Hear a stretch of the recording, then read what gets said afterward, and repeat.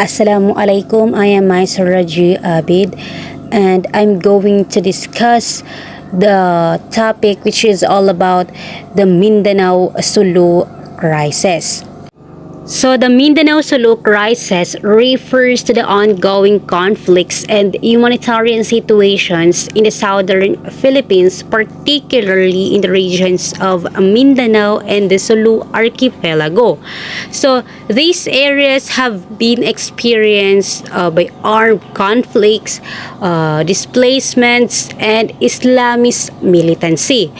One of the key aspects of Mindanao-Sulu crisis is the extended displacements in various parts of Mindanao. This is due to armed conflicts between the armed forces of the Philippines and the different groups that was being founded by Moros. Dito rin nagkaroon ng hidwaan between Christians and Moros. So the state affairs of Moroland had become very bad by the late 1960 and early 1970 had reached crisis proportion due to the emergence of the different groups in the Moroland and thus result to the conflicts and political grievances. Dahil sabi ko kanina, nag-emerge dito yung mga different groups, and of course dito rin there's a rival between Moros and Christians. So there were three events that was happens during the crisis in Mindanao and Sulu. First is the Jabida Massacre or Corregidor Incident on March 17, 1968. So at least 28 Muslim recruits out of a larger number undergoing guerrilla warfare training in Corregidor Island, allegedly in secret preparation for Philippine military operations in Sabah, were treacherously and summarily executed late in March 1968 by Philippine Army personnel. So, in this incident, at least 28 Muslim recruits, which was a part of a larger group, and they were undergoing guerrilla warfare training. And these recruits were reportedly being trained in secret for Philippine military operations in Sabah, because during these times there is a dispute between the Philippines and Malaysia. Diba kasi pinag-aagawan ang Sabah during this time ng both country.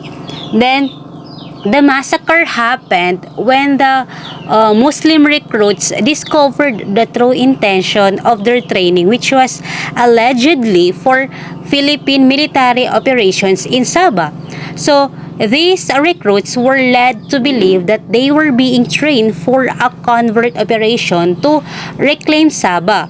So, however, as the recruits discover the real intentions behind their training, which involve their involvement in military operations in Sabah, they felt deceived and betrayed. So because of that, the recruits protested against their treatment, leading to a violent response from the Philippine Army personnel. So subsequently, the recruits were brutally killed, and it was marked a dark chapter in the Philippine history. So ayan, parang na-deceive lang sila ng army personnel, parang na-betray sila, kaya nag-protest sila. Then ayun, there no choice ang mga armies or Philippine Army personnel but to kill those protestants. So another event is the November 1971 elections.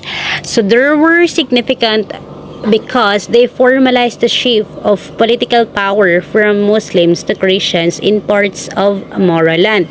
They also stimulated the rise and activity of rival Christian and Muslim groups, escalated the level of violence, and attracted the attention of Muslim states abroad. In Cotabato Region, an ex-Philippine constabulary commander or a Christian ran against the incumbent Muslim governor of North Cotabato. So the Christian won and most of the towns elected Christian mayors. So this event is a notable change in political power from Muslim to Christians in a certain areas of Morolan. So these elections triggered the emergence of competing Christian and Muslim groups, which increased the levels of violence and drew the attention of the Muslim nations abroad. So tulad dito, sabi dito, in the Cotabato, there were former Philippine Constabulary Commander who was a Christian and syempre nakalaban niya yung incumbent governor noon. Pero ang nanalo is yung bagong elected na governor. So natalo yung Muslim governor.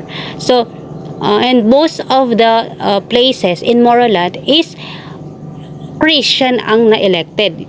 Usually yung mga mayors, so ganon. So dahil dito, nagkaroon ng hidwaan between Moros and Christians. Kasi nga parang nag-change ang political political landscape sa Morolan. Kasi nga from Muslim ang namuno into Christian. So the Christian candidates emerged a victorious and many towns in the region which was elected Christian mayors as well. So this shift in power dynamics had a significant implications for the region, leading to heightened tensions and of course changes in leadership that reflected the complex interplay of religious and political factors in the area. So number 3 is the declaration of a martial law on September 21, 1972. So President Ferdinand E. Marcos, availing himself of Article 7, Section 10, Paragraph 2 of the Philippine Constitution, issued a proclamation 1081 declaring Philippines under martial law. One of the reasons he gave for doing so was the existence of the conflict between Muslims and Christians in Mindanao and Sulu. So this declaration granted President Marcos extensive powers, allowing him to exercise authoritarian control over the country. So suspend civil liberties and suppress political opposition kasi nga walang pwedeng mag-rally doon kasi nga hinuhuli ng sundalo. So the conflict between Muslims and Christians in Mindanao and Sulu was the key factor cited by Marcos to justify the imposition of martial law, as he claimed it was necessary to restore peace and order in the region. So, di ba, under martial law, the government implemented strict measures to maintain control.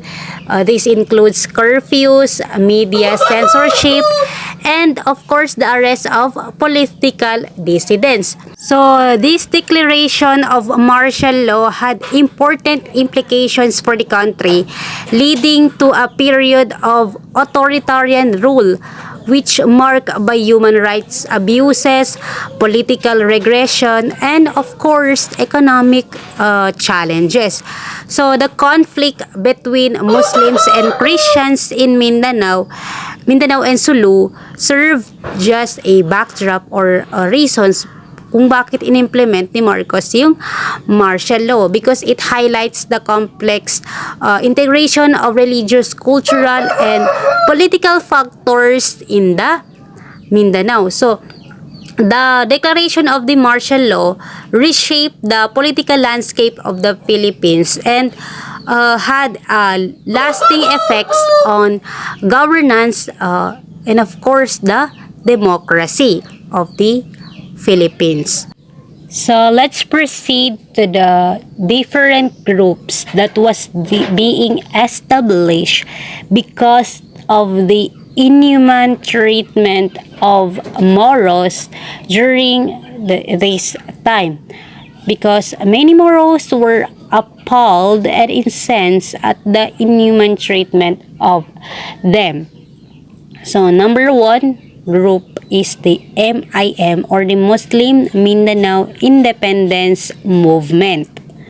It was founded by the former governor of Cotabato, Datu Udtog Matalam on May 1, 1968, to which the establishment of Islamic Republic of Mindanao and Sulu was the main objective. This was founded due to the Corregidor Incident or Jabida Massacre on March 17, 1968. So the militaries of MIM were called black shirts because of their uniforms. So, the MIM was founded by former Governor Dato Ugtog Matala, and the main goal was to create an Islamic Republic of Mindanao and Sulu. So, tulad dito, it was a response to the Jabida Massacre in 1968. So, the MIM aimed to achieve independence for the Muslim majority regions of Mindanao and Sulu and establish a government based on the Islamic principles. So, their goal was to have a self-rule and governance that respected their Islamic beliefs and culture. So, the MIM's military member, known as the Black Shirts, played a key role in pursuing this objective and, of course, advocating the Islamic State in the region. So that is MIM, which was founded by Datu Udtog Matalam. Their objective is to establish a government or to have make everyone respect the Islamic culture and beliefs. So next is the BMLO or the Bangsamoro Liberation Organization. So this is an organization founded by Rashid Lukman, Datu Udtog Matalam, and Salipada Pendatun. And it was designed to function as an umbrella organization under which all other liberation forces must radiate. So the primary goal of this group or the BMLO was to unite and coordinate the different liberation movements under a single organization to strengthen the Moro struggle for self-determination and independence. By acting as an umbrella organization, this group aimed to centralize efforts and resources to effectively advance the cause of the Bangsamoro people in Mindanao and Sulu. So parang isahan na dito sa BMLO na yung ibang grupo is magkaisa sila para yung independence na aim nila. So yun ang BMLO. So another group is the MNLF or Moro National Liberation Front. It was founded by young secular-minded professionals and students in Manila, mainly Professor Nur Miswari, then an instructor at the University of the Philippines, and Abul Khair Alonto, then a law student at San Beda.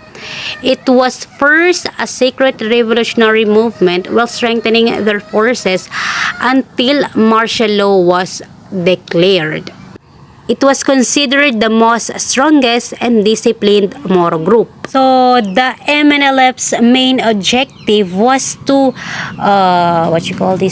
fight for the self-determination and independence of the Moro people in the Mindanao and Sulu. As the most prominent and well-organized Moro group, the MNLF sought to address those historical injustices and socio-economic disparities and of course, political marginalization faced by the Bangsamoro community. So this organization aimed to establish an autonomous region or an independent state that would uphold the rights and aspirations of the Moro people. So the last organization is the MILF, or the Moro Islamic Liberation Front. From 1977 to 1984 was known as New MNLF Leadership. On December 26, 1977, Hashim Salamat executed the instrument of takeover. So in his letter to OIC, Salamat enumerated the following summarized points for takeover. So the Moro Islamic Liberation Front emerged from a faction of the Moro National Liberation Front, which is known as the New MNLF Leadership, and it was established by Hashim Salamat. And Hashim or Salamat established these Moros due to various reasons, which was this key point, summarized key points in his letter to OIC. Number 1 is the MNLF leadership headed by Nur Miswari was being manipulated away from Islamic orientation and was leaning on a Marxist-Maoist orientation. So Salamat believed that Nur Miswari's leadership was veering away from the Islamic principles and moving towards the socialist ideologies, which was inspired by Marxism and Maoism. So parang hindi na Islamic principle yung pinaglalaban or stand ng MNLF. Kaya in-establish ni Salamat itong MILF. Kasi parang pagsibay, parang hindi na siya yung principle na Islamic, yung Islamic principle, hindi na yung nasusunod kasi nga nag-adapt na sila, parang adapted na yung Marxist-Maoist orientation, which is yung meron ditong na-emphasize na guerrilla movement. So yun ang paniniwala ni Hashim Salamat na hindi na nasusunod yung Islamic principle ni Nur Miswari. Number 2 is the MNLF leadership under Nur Miswari was mysterious and secretive because Salamat thought that it was lack of transparency. So the Miswari's leadership did not share information openly, causing confusion and distrust. Salamat also felt that Miswari did not communicate well with all the MNLF members, leading to a disconnect. So Miswari's leadership seemed to make a decision in a close manner without involving the others. So Salamat believed that Muslims leadership or Miswari's leadership rather did not did include or engage with all MNLF factions, creating a sense of secrecy. Kumbaga hindi niya kinoconsult yung iba pagkwas kanin sa queue kasi Nur Miswari. So yun ang believe ni Hashim Salamat. So kung bakit siya tumiwalag or gumawa ng sarili niyang grupo, which is yung MILF. Number 3 key point is the exclusive and arrogant nature of MNLF leadership under Nur Miswari. So Salamat may have observed behaviors within the MNLF leadership that appeared elitist, which were certain individuals or group were favored or given special treatment over others. So this exclusivity could have created a divisions and resentment within the organization. So Salamat also felt that Miswari's leadership was not inclusive and did not consider the perspective of or the interest of all members of the MNLF. So this lack of inclusivity could have alienated certain factions or individuals within the organization. So, aside from that, Ms. Juarez's leadership style may have been perceived as authoritarian, with which is he's not consulting his members or constituents in terms of decision making.